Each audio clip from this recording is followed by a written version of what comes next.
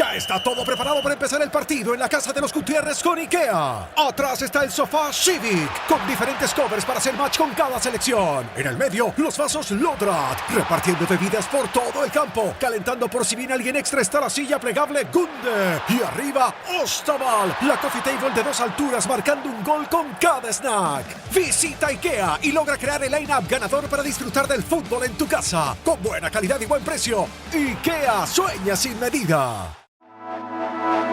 Ser podcast. Bueno, Jorge, has avanzado muchísimo en el concurso. Para alcanzar los 300.000 euros deberás contestar las preguntas de actualidad. ¿Estás preparado? Venga, empezamos. ¿Qué país de la Unión Europea pretende elevar a los 70 años la edad de jubilación? Esto me suena de haberlo leído hace poco. Son preguntas de actualidad. Claro. Alemania. ¡Correcto! Siguiente pregunta. ¿Qué acaba de decir Donald Trump? O sea, ¿en materia de qué? Bueno, de decir. ¿Qué ha dicho Donald Trump? ¿Qué es lo último que ha dicho? Pero salió a hablar con los medios o... No. Lo último que ha dicho. ¿Qué es? Pero en general. Se nos acaba el tiempo, Jorge. Pues no sé. ¡Correcto! El presidente Donald Trump ha dicho no sé, I don't know, hace tan solo 1 minuto y 14 segundos cuando le han preguntado si le apetecía más bombardear el Líbano o Nueva York, donde gobierna el Mohammedis ese. Hostia, pero es como imposible. Siguiente pregunta. Este año se celebra el Mundial de Fútbol en Estados Unidos y México. ¿Qué selección de fútbol lo ganará? Pero... falta como un mes, ¿no? Recuerda que tienes el comodín de la llamada. Pero ¿a quién carajo voy a llamar? 5 segundos. ¿Pero desde cuándo hay tiempo? 4. No lo sé, Inglaterra. Eso es... Pues no lo podemos saber, Jorge. Es algo que no podemos saber. Claro, es que todavía tienen que... Siguiente pregunta. Esta es la definitiva. Si aciertas, te llevas el bote. ¡Qué nervios! ¿Qué presentador de concursos de televisión está atravesando una crisis de mediana edad, la cual intenta apaciguar apuntándose a CrossFit, comprándose una moto y mezclando Prozac y cerveza cada noche para olvidar a Maite, que se fue hará más de un año con aquel brasileño que conoció en un viaje de trabajo? Hostia, pero... No ha acabado la pregunta, Jorge. Perdona, es que... Y que está pensando en enviarlo todo a la mierda y dedicarse a plantar zanahorias en un pueblo perdido de Castilla y León porque, total, ¿para qué seguir? ¿Para qué seguir? Adiós, Jorge. Ha sido un verdadero placer.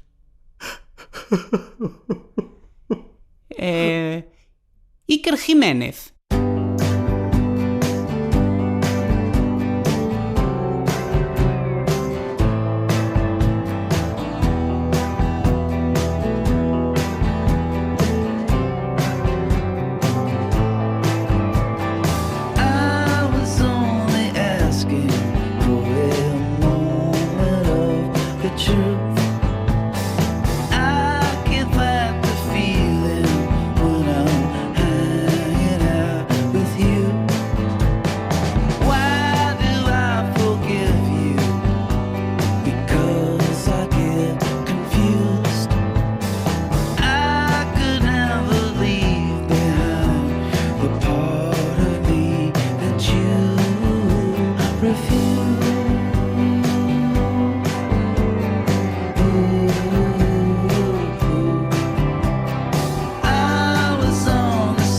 Desde los estudios de Radio Barcelona, Pere Estupiñá, que es químico y bioquímico. ¿Cómo estás, Pere? Buenos días. Buenos días, muy bien. Pere, por supuesto, es un gran colaborador de A Vivir. Desde esta tarde dirige un programa en la cadena SER, que es Fíjate. Vivir 100 años. Poco a poco se va a ir haciendo con toda la programación de la SER. A partir de septiembre será la tercera voz de Hoy por Hoy. Sí, estoy pensando ¿Esto se puede anunciar ya? ¿O? Sí, estoy pensando en crear una cadena propia ya. Y tal. ¿Para cuándo Carrusel Deportivo, Pere? Bueno, yo me lo planteo como reto y ya está. No, Oye, que hoy Javier San Pedro no está con nosotros, le mandamos Sí. desde aquí un muy fuerte abrazo y no sé, dentro de poco volverá, espero. Sí, claro que seguro sí. que sí, la esperamos. Un besito, Javier. ¿Qué te ha llevado a Barcelona, por cierto? Varias cosas, algunas entrevistas del libro del que quieres ser de mayor que está funcionando bien, y después los últimos rodajes del programa, no me lo puedo creer. Sí, que ya estamos...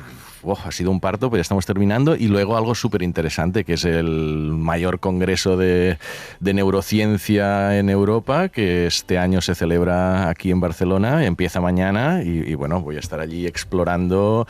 Bueno, para mí es como el parque de atracciones, ¿sabes? Te metes allí en el congreso y hay un póster de uno que trabaja en Alzheimer, otro de Parkinson, otro que intenta aplicar la neurociencia a cosas de políticas públicas, y luego una sesión de una cosa, sesión de otra, y te pones allí a explorar y es fantástico. Bueno, así descubrí el libro creo que no sé si lo he contado alguna vez, el libro de la ciencia del sexo. Nació en un congreso en Washington de la Society for Neuroscience, en la sesión de pósters, cuando conocí a una investigadora que estimulaba el clítoris de las ratas, y me quedé hablando y te dio una idea. De repente dices, esto es interesante como para un artículo, y después hablando más digo, no para un artículo, sino para un libro entero. Entonces, el Congreso de Neurocientíficos e Investigadores. ¿Tú crees que hay chistes de neurocientíficos entre ellos? Seguro. O sea, si había como era... si lo llegó, había uno de algo de las neuronas que fire together. Eso es la ley de Hebb, pero bueno. Sí, pero ¿Cómo es el chiste, Mara? ¿Hay un chiste? No, es el que dice Pera, no es un chiste, es que las neuronas que disparan a la vez se juntan, se unen, ¿no? Sí. El chiste típico de los neurocientíficos es que cuando empiezas todo el mundo entiende tus chistes y cuando acabas nadie entiende tus chistes. Pero había una camiseta o algo con un chiste alrededor de esta frase tan típica de neurociencia, que era, no, es que fire together, stay together o algo así. Bueno, no sé. Las neuronas que luchan, bueno, no sé. Mara es Mara Diersen, por cierto, es neurocientífica, presidenta del Consejo Español del Cerebro e investigadora del Centro de Regulación Genómica de Barcelona. También copreside el Comité del Congreso de la FENS. Mara, buenos días. Lo primero, que te hemos atacado con un chiste, en lugar de con una pregunta. Pero, estando Pera no me extraña, pero bueno. Pero un congreso de este tipo tiene que ser la bomba, ¿no? De pasear por allí y seguramente cruzarte con gente a la que admiras mucho. Hombre, y tanto. La verdad es que tener en un mismo sitio, ¿no?, a prácticamente toda la neurociencia europea, estamos hablando de todos los países europeos que tienen sociedades de neurociencia, forman parte de la FENS.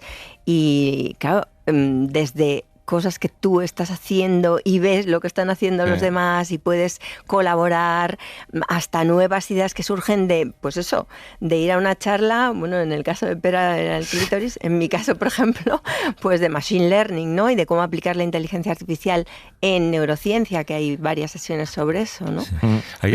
¿Sabes qué pasa? Que me han dicho que te tienes que marchar a las 10:30 y ¿sí? se me están acumulando las neuronas luchando juntas en mi cerebro para preguntarte muchas cosas que me vienen a la cabeza. A ver, microcerebros.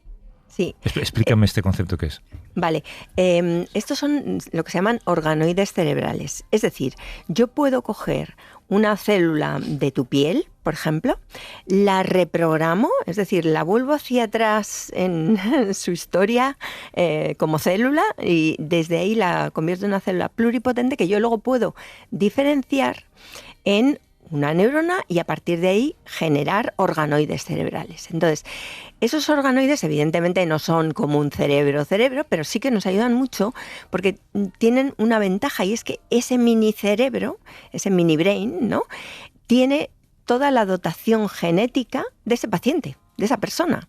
Entonces, claro, nos permite entender cómo ese make-up genético, ¿no?, está influyendo en el desarrollo neuronal, en cómo se comunican las neuronas, en las propiedades neuroquímicas de esas neuronas, etcétera.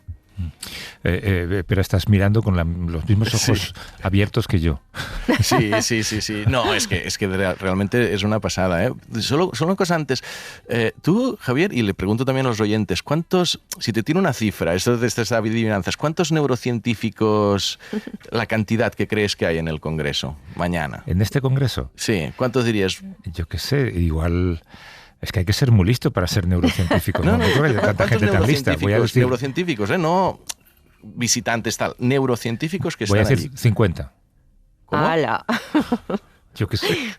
Hombre, no, Javier, no me digas eso. Mara, dilo tú. Bueno, se supone que es secreto, pero hay más de 8.000 neurocientíficos. 8.000 neurocientíficos en Barcelona mañana, ¿eh? Sí. O y sea, toda la es que esto es más importante que el tour. Hombre, Pero si es mucho que no más. caben casi en un palacio de congresos. En la FIRA, sí. Pero, ¿y cómo organizas las conferencias? Porque hay conferencias sobre temas interesantísimos, pero 8.000 personas, ¿esto cómo se Claro. maneja? Es casi un cerebro. Claro. Bueno, sí, un poquito más pequeño. Pero no, lo que es muchas sesiones paralelas, hay simposios, hay pósters, hay diferentes formas de presentar los resultados. Luego hay las conferencias plenarias, que ahí sí que se junta todo el mundo.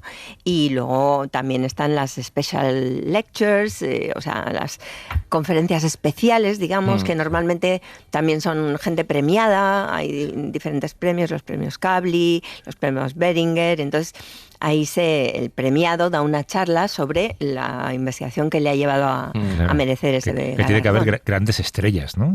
Sí, bueno, hay premios Nobel, para empezar, ¿no? Y de hecho, uno de esos premios Nobel precisamente vino a Barcelona a dar una charla con motivo de otra cosa que a nosotros nos parece muy importante, que lo llamamos el Friends Legacy Program, que es la idea es que la ciencia no se quede en la FIRA y en estos 5 días, sino que permee a la ciudad, ¿no? Que la gente también escuche neurociencia y se acerque, ¿no?, a los grandes descubrimientos que se están haciendo. A ver, otra de las grandes cuestiones que tratáis, otro gran protagonista del Congreso, es el estrés, que es una especie de pandemia del siglo XXI, ¿no? Totalmente. Háblanos de cómo veis en un cerebro el impacto del estrés. Bueno, se puede ver de muchas formas. Es decir, el impacto del estrés ya sabemos desde hace tiempo que es muy importante y que tiene muchas consecuencias a nivel de la conectividad neuronal, incluso de la supervivencia neuronal. El estrés, podríamos decir, no es exactamente así, pero para que os hagáis una idea, que mata neuronas, ¿no? Entonces, ahora empezamos a entender, primero, cómo sucede, cuáles son los mecanismos que hay detrás de ese impacto, pero también empezamos a ver elementos que tú puedes determinar en plasma, ¿vale?, que se llaman biomarcadores porque nos marcan que hay algún problema, son como un semáforo, ¿no? Y entonces esas moléculas yo las puedo encontrar en la sangre y determinan, me dicen, me avisan de quién puede tener un problema, porque el estrés luego deriva en enfermedades mentales, etcétera, ¿sabes? Depresión, ansiedad y tal. Bueno, pues yo ahora con una serie de biomarcadores, entre los cuales están de los que va a hablar Elizabeth Binder, pero nosotros en el laboratorio también lo estamos haciendo, también estamos estudiando esto, pues gracias a eso podemos no solamente detectar si alguien tiene peligro de caer en una enfermedad mental debido al estrés, sino también de quién tiene más riesgo y quién tiene menos, y quién va a responder mejor al tratamiento y quién va a responder peor. ¿Y se puede distinguir el estrés sano, digamos, del estrés patológico? Sí. Es decir, porque claro, yo un día puedo estar estresado, pero si me voy a dormir y al día siguiente estoy bien, no es un problema. Es el estrés crónico lo que tiene un efecto más deletéreo. Lo que pasa es que sí que es verdad que hay una cierta susceptibilidad genética. Por ejemplo, en nuestros estudios, vosotros sabéis que yo trabajo en síndrome de Down, y hemos visto que las personas con síndrome de Down son más sensibles al estrés, sobre todo al estrés social, fíjate. al bullying y todo esto. Pero y cuando hablas de biomarcadores de estrés, llegará un momento en el que, yo que sé, un análisis de sangre te puede decir... Exacto. Sí. Esa es la idea. Y de hecho, vamos, en mi laboratorio estamos intentando llevar a la práctica en forma de algo que puedan utilizarse en clínica de forma fácil, un ensayo de estos. Bueno, es que esto, Javier, es un punto interesante. Yo me acuerdo de hablar con Vieta del Clinic, es este concepto de psiquiatría de precisión. Es decir, ser cada vez más precisos en los otros ramos de la medicina lo estamos haciendo. En cáncer ya se sabe que dices, oye, pues miras unas células y dices, este tipo de cáncer o este otro. Pero alguien con trastorno bipolar que tiene unos síntomas, para hacer bien el análisis y el diagnóstico, pues cuanta más información molecular y tengas, pues también es importante, ¿no? Y es fundamental, porque además tú piensas que, por ejemplo, en depresión hay un 30% de los pacientes que no responden a la primera ni a la segunda línea de tratamientos. Esos son meses de sufrimiento y de sufrimiento por parte de la familia y demás, ¿no? Es increíble pensar que un análisis de sangre te puede decir, yo qué sé, es usted bipolar, por ejemplo, ¿no? Sí. Bueno, eso lo dicen mejor los clínicos, pero es decir, los biomarcadores no van a sustituir en absoluto, ¿no?, el diagnóstico clínico, pero sí que nos van a ayudar, por ejemplo, a estratificar a los pacientes, a determinar pues qué grupos de pacientes pueden responder mejor, pero el diagnóstico es clínico todavía. Y en una población, y esto lo hablábamos mucho en el programa, y Pero es especialista en esto, una población que cada vez vive más años, cada vez llega a una edad más tardía, cada vez hay más prevalencia de Alzheimer y de Parkinson. Yo qué sé, háblanos en positivo, dinos que se avanza. Se avanza y se avanza mucho. Lo que pasa es que el problema de todo esto es la velocidad de la traslación de lo que se sabe en investigación básica a la clínica, ¿sabes? Porque por todos los temas regulatorios también, ¿no? Pero mira, nosotros en este momento estamos investigando cómo un antirretroviral, es decir, un fármaco que se utilizaba para el SIDA, pues puede ser que sea beneficioso para la enfermedad de Alzheimer. Lo que pasa es lo que te digo, ¿no? Que en este caso tenemos suerte porque ya es un fármaco que existe y que se sabe que no tiene efectos secundarios y tal. En otros casos es mucho más complicado porque son moléculas nuevas que hay que ensayar, tienes que hacer estudios. Sí. Son 10 años. Pero bueno, recientemente hemos visto ya por los primeros fármacos que no están aprobados aquí en España todavía, pones esa cara de duda porque pueden tener algunos efectos secundarios, pero que irán mejorando y ha dinamizado todo el resto. Es decir, si no tenías nada para tratar el Alzheimer, o sea, ¿qué sentido tenía, por ejemplo, un diagnóstico precoz? Porque dices, que te vas a decir, mira, que sepa que usted va a tener Alzheimer, pero no voy a poder hacer nada al respecto. Y ahora sí que con estos biomarcadores ya es como que ha dinamizado el campo todo eso, ¿no? No, y hay muchos grupos y centros, la Fundación Pascual Maragall, por ejemplo, el BBRC, ¿no?, que están poniendo todo su esfuerzo en ese tema. Lo que pasa es que sí que es verdad que cuando llegan a salir los fármacos, muchas veces las hipótesis que llevaron a generar esos fármacos están un poquito ya trasnochadas, digamos, ¿no? Es decir, ahora ya sabemos que hay mucho más que las placas de amiloide. Está genial combatirlas, pero no es lo único que produce los síntomas, ¿no? Entonces, lo interesante es que se puede hacer la traslación más rápida. Lo que sí que es verdad, y eso desde el Consejo Español del Cerebro lo estamos promoviendo mucho, es que estamos intentando que las cosas que ya sabemos en neurociencia incidan en la política pública. Y eso, pues, hablábamos antes con Pera, ¿no?, de la longevidad, las ciudades cerebros saludables, etcétera, porque la prevención es muy importante. Las ciudades cerebros saludables, ¿qué es? Sí. Bueno, es una de las cosas de las que también ciudades se habla con circuitos de Fórmula 1, por ejemplo, ¿no? Igual, totalmente.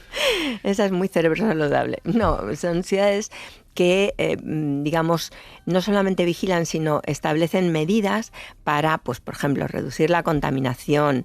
Yo qué sé, imagínate, una de las medidas que nosotros proponemos es hacer la historia ambiental de los pacientes. Cuando tú vas al médico, pues se recogen datos de dónde vives, dónde pasaste tu infancia, y eso te permite entender la exposición que has tenido a determinados contaminantes y, por tanto, te permite también predecir e incluso revertir los efectos de esos... ¿Está de sentido común esto que dices, Mara? ¿Verdad? Sí, escuchado por ti, sí. Y que tengas que convencer a determinados... Sí. ¿no? Que tengas que hacer un estudio para demostrarlo cuando... Es tremendo. No, pero el concepto es que trataréis mucho en el Congreso también de salud cerebral. Ya no salud mental en cuanto a decir, oye, pues tengo ansiedad o tengo preocupaciones o tengo depresión. Salud cerebral, ¿de qué condicionantes hacen que... Y está relacionado con la pregunta que hacías, Javier, de una sociedad que es más longeva porque los cuerpos de alguna forma los tratamos mejor y los hacemos más longevos, o sea, el cerebro tiene que acompañar a esto, ¿no? Hombre, claro. Entonces hay unas sesiones que a mí me interesan especialmente de salud cerebral, no sé qué. Sí, salud cerebral, y otro concepto que es muy importante es capital cerebral,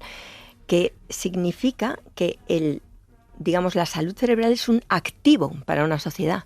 ¿Por qué? Porque estamos cambiando completamente el modelo sociodemográfico, el modelo socioeconómico, las nuevas tecnologías, la IA, la robótica, van a cambiar completamente nuestro sistema económico. Entonces, ¿dónde va a estar? ¿Dónde van a estar los activos de un país? En su creatividad, en su capacidad de innovación, en su cognición, en su inteligencia, ¿no?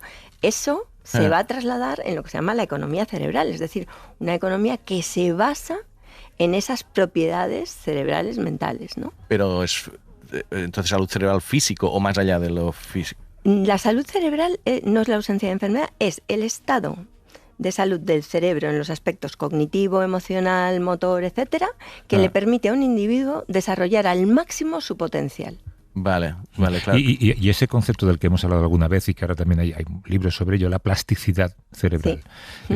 Explícanos cómo puede jugarse con ese elemento para que seamos mejores, iba a decir personas, pero bueno, mejores seres vivos, digamos. Sí, pues justamente en esa plasticidad es en lo que se basan todos estos conceptos de los que hablamos. ¿Por qué? Porque el cerebro no es un órgano estático, el cerebro cambia en función del entorno. Y, por ejemplo, en el Congreso, una de las cosas de las que se habla es que el cerebro ya como que se prepara incluso antes de enfrentarse al entorno para que ese entorno tenga el impacto debido y que permita desarrollarse mejor a ese cerebro, ¿no? Entonces ahí entran conceptos, evidentemente a nivel biológico está muy claro, se producen nuevos contactos sinápticos, incluso nacen nuevas neuronas en determinados nichos cerebrales, se producen cambios a nivel neuroquímico, se mejora la fuerza de los contactos sinápticos, pero va mucho más allá. En realidad la plasticidad lo que nos permite es crear un cerebro, y nos permite con ese cerebro aprender y nos permite enfrentarnos y ser más resilientes frente a las enfermedades cerebrales. O sea, que es un concepto realmente muy holístico.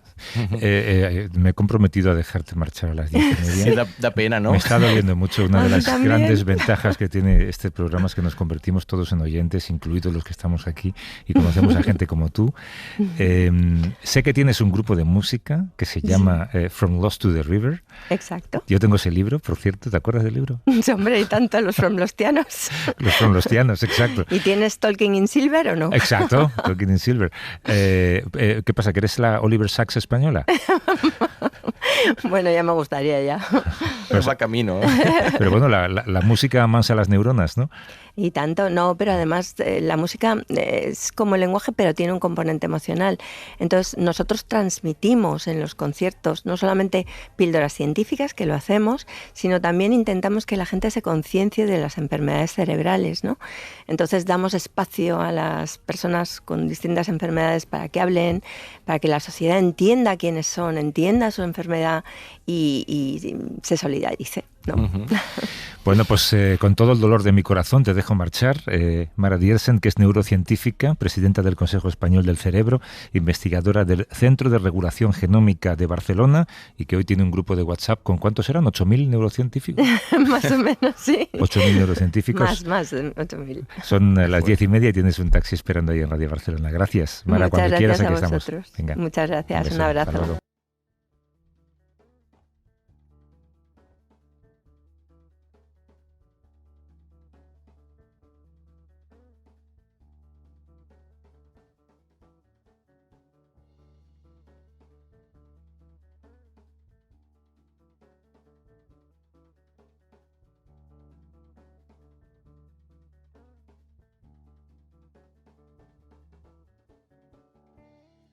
Espera, que no ya como científico como tú, sino como periodista. O sea, ese congreso es una mina. Yo no sé cuántos periodistas hay acreditados, pero estoy seguro de que se me ocurrirían 40 ideas. O sea, a cualquier periodista se le ocurrirían 40 ideas, de 40 reportajes de cosas que necesitamos saber, ¿no?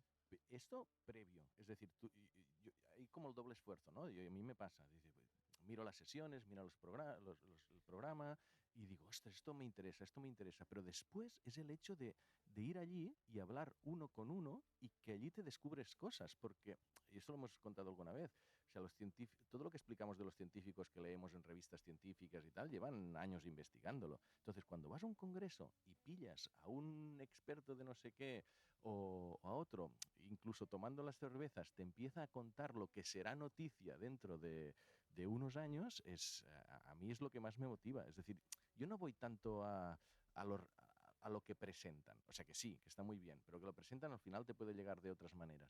pero esas conversaciones de café o de cervezas con neurocientíficos muy potentes, yo el miércoles voy a un asado con unos neurocientíficos Argentinos. que me han invitado y que de allí sacaré cosas que quizás después contaré antes de que se hayan publicado. Claro. Además, uno tiene esta imagen de un neurocientífico como alguien con quien es difícil conversar. Lo primero, Bueno, hay algunos que están a sí, otro nivel y no sé por qué se imagina uno que tiene otro carácter.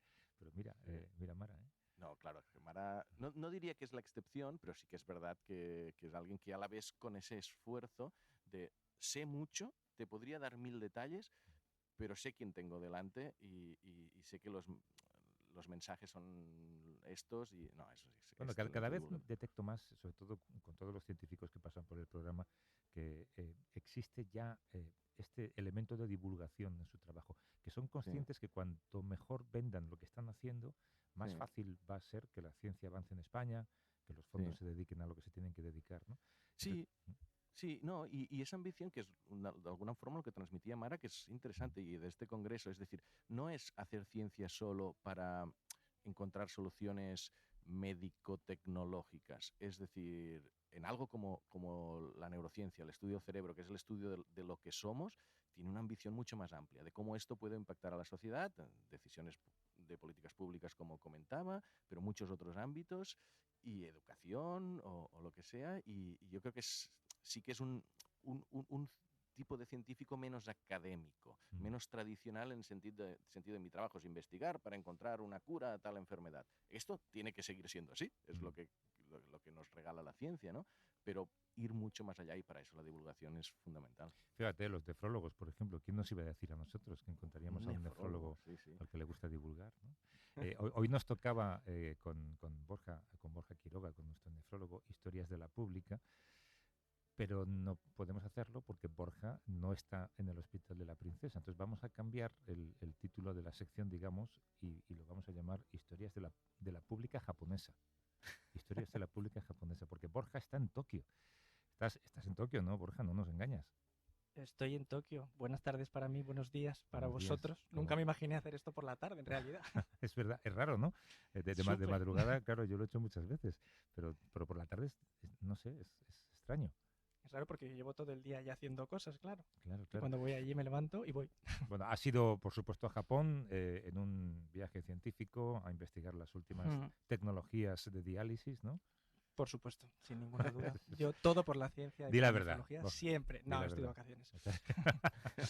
Así que de resumido. ¿Para qué engañar? Claro. Oye, teníamos, y tú lo planteaste y me pareció una buena idea, pues que te fueras a lo mejor a un hospital o que preguntaras o que indagaras y luego que indagáramos nosotros en una especie de comparativa médica, ¿no? Tú trabajas donde trabajas, en el Hospital de la Princesa en Madrid, y nos preguntábamos cómo será el Hospital de la Princesa en Tokio. Pues cambia bastante el sistema sanitario aquí, yo tampoco lo conocía mucho. Es un sistema que no diferencia lo público de lo privado, primera gran sorpresa para mí. Y de hecho funciona de la siguiente manera. Todas las personas cuando trabajan, da igual que lo hagan por cuenta ajena o por cuenta propia, tienen una especie de impuesto, una especie de seguro que tienen que pagar. Eso lo que les facilita es que luego, cuando vayan a recibir asistencia sanitaria, sea donde sea, tienen libertad para recibirla en el centro que quieran, tienen que pagar una parte, que normalmente es el 30% con un tope, también en función del salario que reciban, y el 70% lo paga el gobierno japonés. Claro, de esta manera tienen cierta libertad también, como están pagando, para elegir el especialista que quieren que les vea. Pero hay gente que no se lo pueda permitir, claro. Claro, habrá gente que no se lo pueda permitir y esa gente sí que tienen un resquicio para que la asistencia sea del 100%. Pero luego para el resto de las personas, sobre todo las que cotizan, pues tienen ese tope. Imagínate si tú tienes una cirugía cardíaca que exige una hospitalización prolongada, pues igual no puedes pagar el 100% de ese 30% que te tocaría pagar porque es una exageración. Bueno, pues ahí hay un tope. Los fármacos, por ejemplo, también están establecidos por ley, de manera que en cualquier sitio valen lo mismo. O sea que hay cierto control sobre la sanidad, pero es un modelo mixto. No existe el privado 100% y tampoco existe el público 100%. Así que no existe el Hospital de la Princesa en Tokio, ni en Osaka, ni en Kioto. Oye, esto que hablábamos antes con la neurocientífica, con Mara, la salud cerebral de una población, como las ciudades o la manera de vivir debería formar parte también un poco del historial médico de cada paciente, que a mí me ha parecido muy interesante. Tú has estado ahora, ya llevas ya un tiempo en Japón, has visitado varias ciudades, has visto el modo de vida, has detectado cosas que están en la ciudad, en el día a día, en la manera de comportarse, en la manera de relacionarse, incluso, que has pensado, esto es bueno para la salud.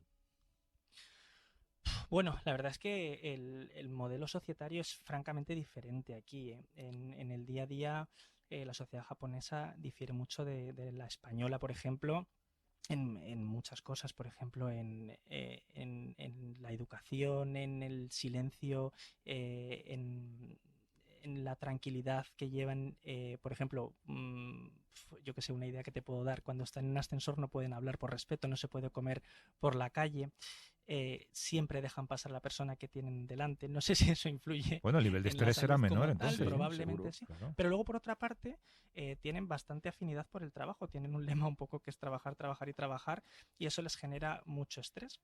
Y de ahí viene un poco también estas costumbres que tienen de cuando termina su jornada laboral, muchas veces invitados por el jefe, y cuando digo invitados lo pongo entre comillas porque es obligados por el jefe, que suele pagar, llevárselos a tomar cervezas o copas. Como digo, están casi obligados, forma parte del trabajo que hacen en el día a día, Qué horror. y en cierto modo se entiende también como una liberación del estrés. Entonces, claro, por una parte, lo primero, sí, te puede limitar el estrés, pero por otra parte, lo segundo es claramente contraproducente para la salud. Es un país muy avanzado, tecnificado, pero también valora mucho las tradiciones ancestrales, otro tipo de medicina también, la espiritualidad, la religión. ¿Has detectado que todos esos elementos también están en el sistema médico? Sí, hay un choque cultural interesantísimo aquí entre la tecnología, como tú dices, y la tradición que sigue muy, muy impregnada. Y de hecho, bueno, pues la nueva primera ministra, que ya sabes que ahora ha tenido mucha repercusión, pues aboga un poco por volver a esa tradición. En cuanto a la medicina, yo lo poco que he podido surcar sobre el sistema médico de aquí, pues sí parece que combina bastante bien lo que llamamos medicina occidental, que es la que conocemos nosotros, de la que hablo yo en la sección normalmente, con la medicina tradicional oriental china, ¿no? Y además no están contrapuestas una con la otra. O sea, no es que tú vayas a un médico y te hable de un tipo de evidencia científica o de otra, sino que normalmente los médicos conocen bastante bien ambos tipos de medicina y entonces son capaces de utilizar ambos, bueno, voy a poner entre comillas otra vez, remedios. Es verdad que la parte no occidental la suelen usar más de manera preventiva, podemos decir, ¿no? Para, bueno, pues para evitar que se desarrollen determinadas enfermedades. Para mí, cuando me lo han explicado, ha sido más como hábitos, más que otra cosa. Bueno, pues vamos a indagar en todo esto porque está sentada junto a ti una médico japonesa que nos va a ampliar esto que estamos comentando. Es Marisa Tsuchida, que es especialista en medicina interna y psiquiatría en Japón. Marisa, ¿cómo estás? Buenos días. Buenos días. ¿De dónde viene ese apellido ese nombre tan español y ese apellido tan japonés? Sí, soy peruana y mi abuelo fue japonés. Sí, sí. ¿Y cuánto tiempo llevas viviendo en Japón? 19 años. 19 años. ¿Por qué escogiste Japón? Bueno, hay una gran colonia peruana en Japón. Sí, es también eso cierto, ¿no? Yo soy misionera católica de una comunidad que se llama los Misioneros Occidentes y fui enviada como misionera aquí a Japón. Inicialmente vine en un programa que teníamos con la Universidad de Waseda y la Fundación IDENTE de Investigación y Estudio para la Salud, para tratar de investigar desde el punto de vista de la antropología médica cómo era la situación de los migrantes de Latinoamérica, descendientes de japoneses que estaban trabajando aquí en Japón. Ah, qué bueno. Háblanos, es que son muchas cosas a las que me gustaría preguntarte. Esto que contaba Borja, este sistema de copago médico, que es el que está implantado en Japón, cuéntanos cómo funciona. Todas las personas tienen un seguro de salud. Japoneses o extranjeros tienen que tener un seguro de salud. Ese seguro de salud cubre el 70% de las atenciones. El pago, ¿no? 70%. Entonces ese 30% restante es lo que cada persona tiene que abonar por su atención de salud. Y la gente que no Hay puede una cosa curiosa ahí, enfrentarse- Javier, perdona que te puntualice, es que hay determinadas personas que tienen que pagar un poquito menos, los niños y los adolescentes, por ejemplo, ese porcentaje que pagan es menos, y luego nos contaban el otro día que también las personas que aumentan su edad de jubilación, bueno, pues un poco como regalo, pues también les bajan esa cuota, bueno, para incentivar un poco el trabajo longevo, que ya sabes que aquí en Japón la edad de jubilación para cuenta ajena más o menos sí que está determinado, pero para la gente que tiene sus propias empresas nos hemos encontrado personas centenarias trabajando en sus negocios. Qué barbaridad. Entonces, bueno, pues esa gente, claro, también tiene ese beneficio, ¿no? Sí, yo me pregunto, este sistema lo que busca que es intentar reducir el gasto hospitalario, quizás a veces innecesario, de alguien que pueda ir mucho al médico. Es delicado este tema, ¿no? O sea, ¿qué pretende este copago? Marisa. Yo lo que pienso es que dentro de la responsabilidad comunitaria que existe por vivir en Japón, ¿no? Ya sea japonés o sea extranjero, ¿no? Se trata de, entre todos, aportar para que todos tengan una mejor atención en salud. Pero es injusto, Marisa, que paguen lo mismo los que más tienen que los que menos tienen, ¿no? No pagan lo mismo. No pagan lo mismo. Es interesante, sí.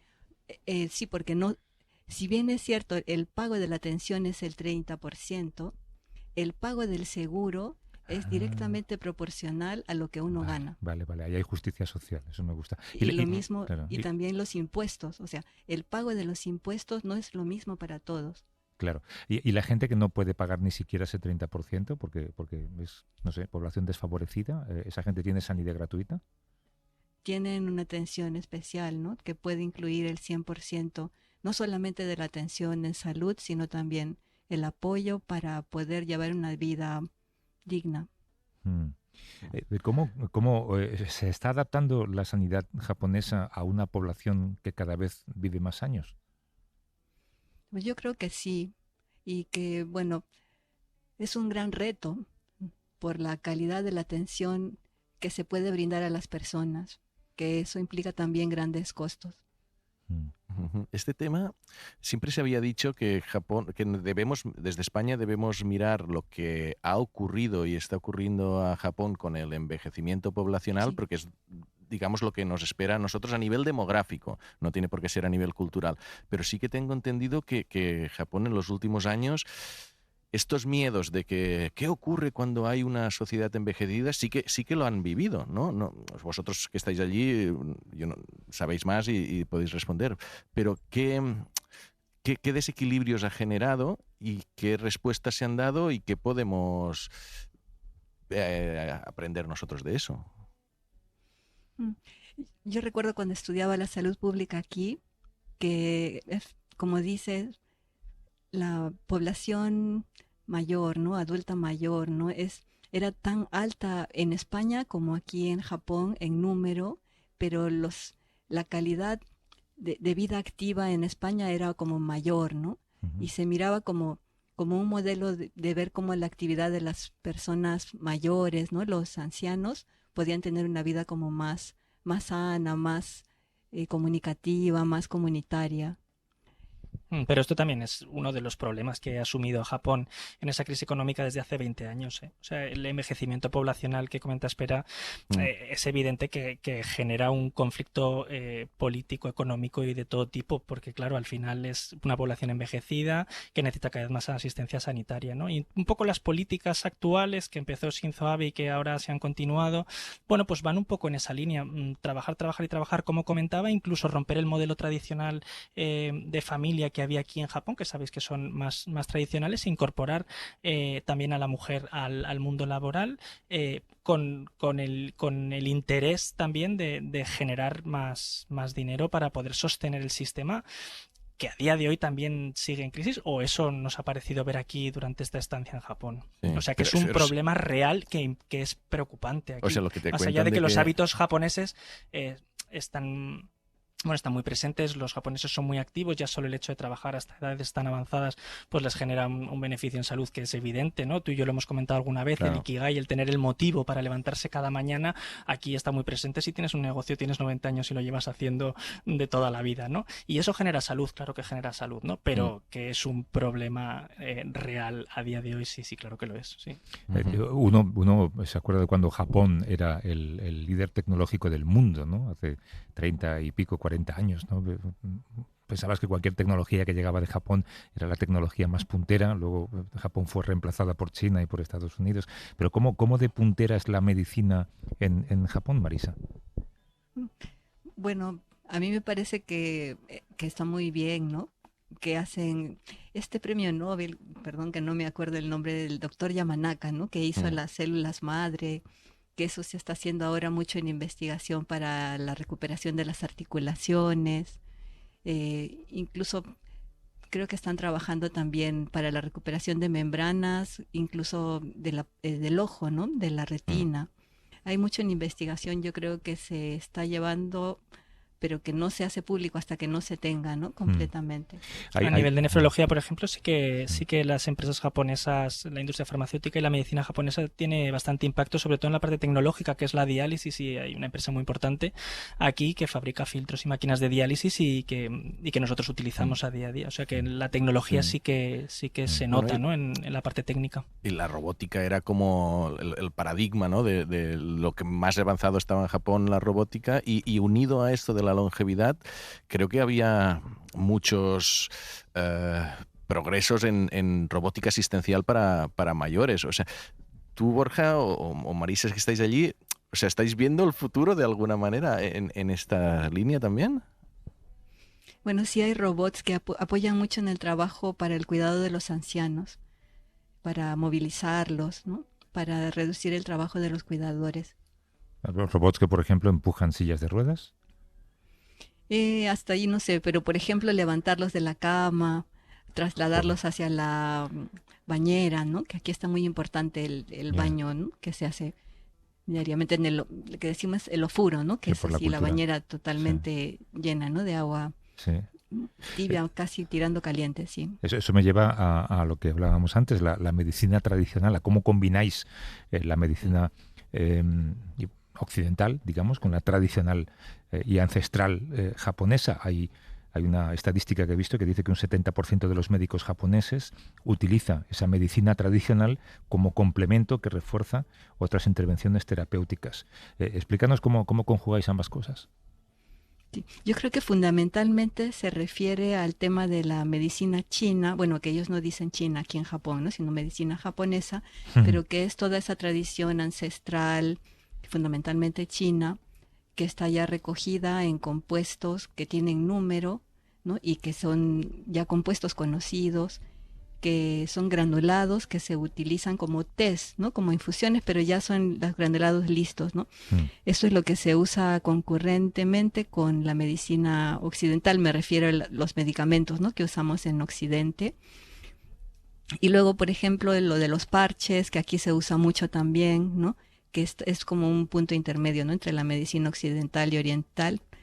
Y el resto de la medicina yo creo que ya es parte del gasto privado, ¿no? De las personas, pero que no entra dentro de lo que cubre el seguro de salud.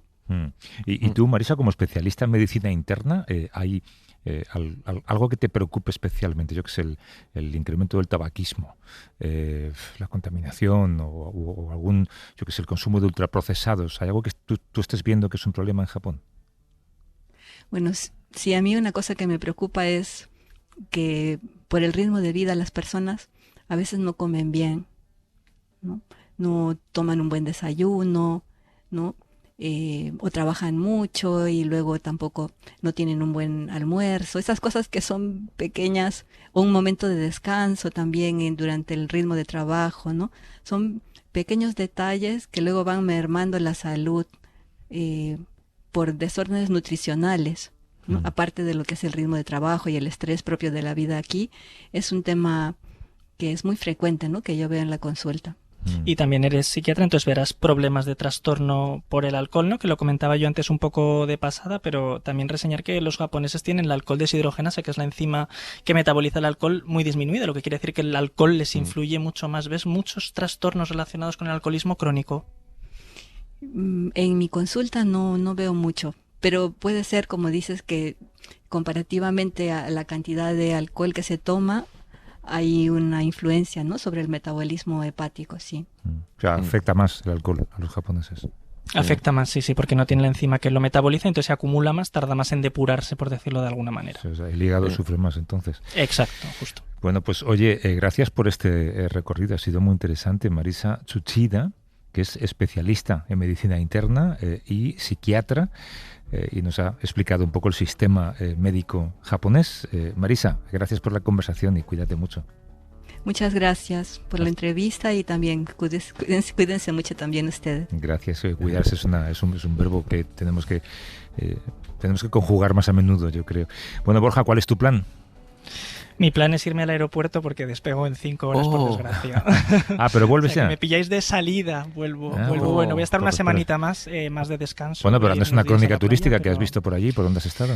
Bueno, pues empecé el viaje en Osaka, nos fuimos a ver Hiroshima, después Miyajima, y luego hicimos una experiencia inmersiva en una zona que se llama Koyasan con unos monjes budistas. Nos metimos en un templo 24 horas a estar con ellos, a hacer toda la vida con ellos, y después bajamos a Kioto, recorrimos después los Alpes japoneses, diferentes localidades, y luego Kioto 5 días. O sea que, qué bueno, fuerte. ¿Y qué es lo que más te ha sorprendido? ¿Qué es lo que más? Y te diría también de turismo, pero también científico médico, que hemos estado dándole vueltas a cosas, pero ha habido algo que dices, ostras, esto sí que me ha impactado a nivel médico o asistencial, lo que sea, como mucho, muy, muy, muy diferente.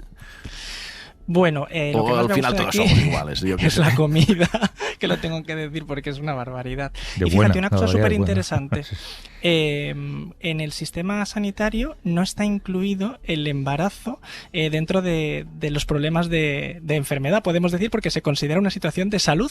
Entonces me gustó mucho conocer un guía con el que hicimos un tour por Kioto, que justo estaba su mujer embarazada de 9 meses, iba a dar a luz, y entonces él no paraba de trabajar porque decía que tenía que sufragar todos los gastos del parto en sí mismo, y estaba rezando para que no fuera una cesárea. Ay, porque, por claro, favor. Sí, es una cosa que me llamó muchísimo la atención. Porque, no, claro, es un evento médico. No es un evento médico, es un evento de salud. Entonces, claro, no estaba incluido. Y sí, nos dijo, no sé si eran 2.500 o 3.000 euros, y claro, el hombre pues estaba ahí trabajando sin parar. Y eso que la primer ministra quiere aumentar la natalidad. Oye, que, se supone que sí. ¿Tienes guardia el lunes, Borja? No, que voy unos días a la playa también. Joder, y no ya está mal. Me incorporo el 13, sí. Bueno, tus primeros pacientes van a disfrutar de la mejor versión de Borja. Es verdad. Es verdad. Desde que te dieron la plaza no apareces por allí. Sí, te la van a quitar. Sí. Pero luego estaré en julio y en agosto si me queréis venir a hacer una visita, cuando estéis vosotros. Borja Quiroga, un abrazo fuerte. Gracias por la conexión desde Tokio. Un abrazo. Un abrazo para vosotros. Un abrazo. Espera, Estupiña. Hasta la semana que viene. Abrazos.